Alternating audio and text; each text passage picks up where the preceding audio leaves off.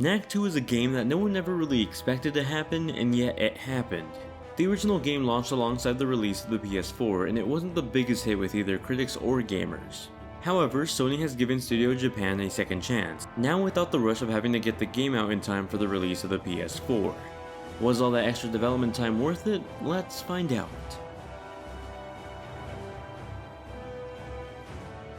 Knack 2 takes place after the events of the original game, but rather than the goblins attacking the human world, giant dead robots that are being reawoken are the ones attacking the city. Now it's up to Knack 2 once again save the day.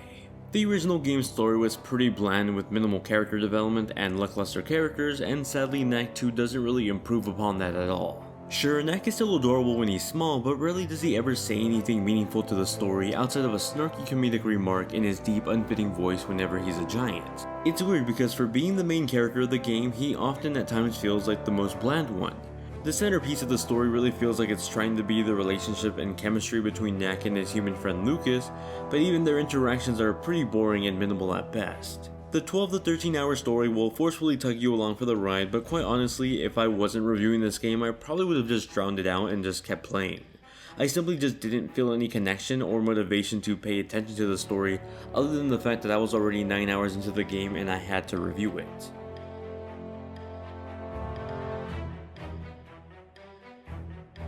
While this new story wasn't the best improvement, the gameplay has gotten noticeably better from the original.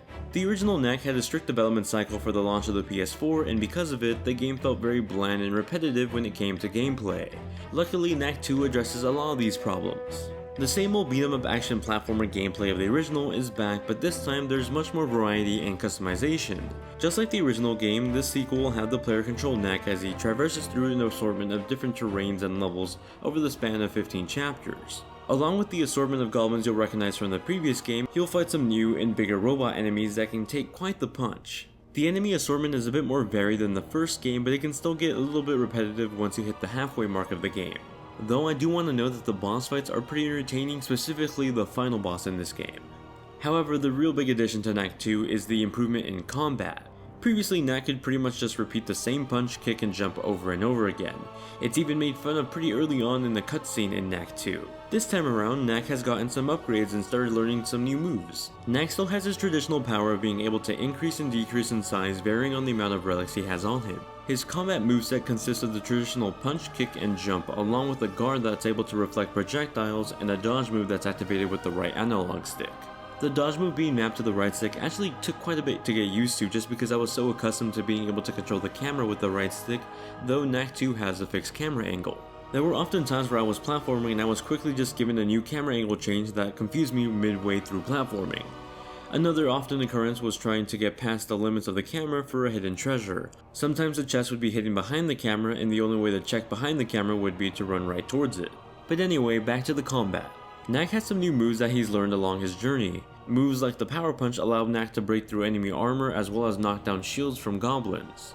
You'll learn new moves like these progressively throughout the campaign in addition to having a new skill tree. When Knack defeats enemies and sometimes when he opens colored boxes, he'll gather these blue little XP orbs that can add up to the bottom of the left screen.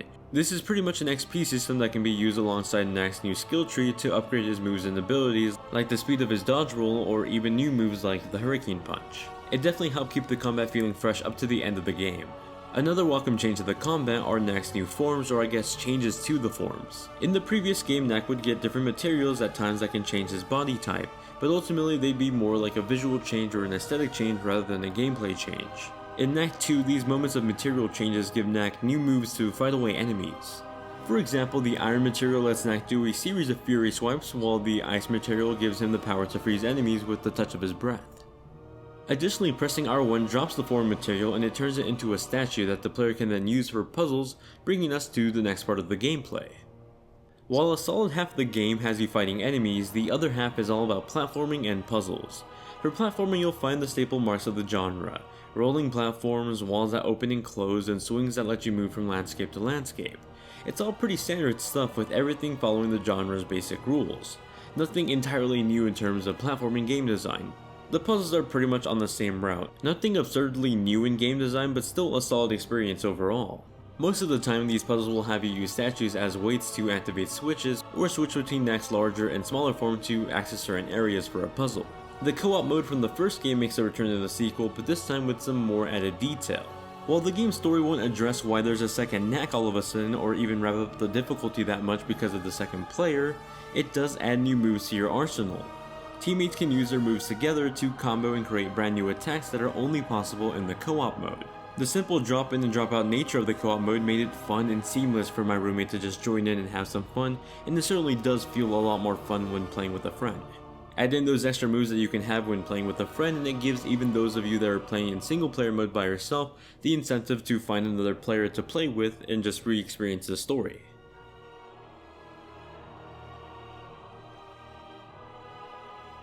Knack 2's visuals are a bit of a mix. I personally was never a big fan of the game's art style to begin with. I like how Knack looks, but the human characters look boring to me. They pretty much look like avatars from Sea of Thieves. The environments are pretty hit or miss too. It seems like for every beautiful lush looking forest shot, I got a just equally boring mountain shot with some pretty bad looking textures. The level of visual quality with the levels just doesn't really have a consistency. On the PS4, the game targets 60 frames per second, though it does dip into the 45 and 50 frames per second mark, especially during the in-game rendered cutscenes. On PS4 Pro, there's a dedicated frame rate and high resolution mode, so you can actually switch between a high resolution at 30 frames per second or a more consistent 60 frames per second at a lower resolution. I think the thing that stood out most to me in terms of the visuals were the NPCs during the missions. There were times where the human characters would be behind me and I'd go ahead to complete a very complex aerobatic platform section, only to find that the NPCs had been mysteriously teleported in front of me. It's just a bit odd to see, and it's something I just couldn't stop noticing throughout the whole game. The music tracks in Knack 2 are epic sounding, and it really does have the whole hero theme to it. You'll definitely hear loud and powerful feeling instrumental tracks that'll get you ready for a fight against some giant robots. In general, the music is great, but the sound effects on the other hand are a bit so-so. The sound of destroying crystals or relic collecting in particular stand out to me. The crystal shattering sound sounds like someone just broke the same window over and over again, while the sound for collecting the relics pretty much sounds like it was stolen out of a Lego game. The Lego sound in particular is something I found pretty funny because my roommate overheard me playing the game and asked if I was reviewing Lego Worlds on Nintendo Switch. I mean, I think that situation speaks for itself.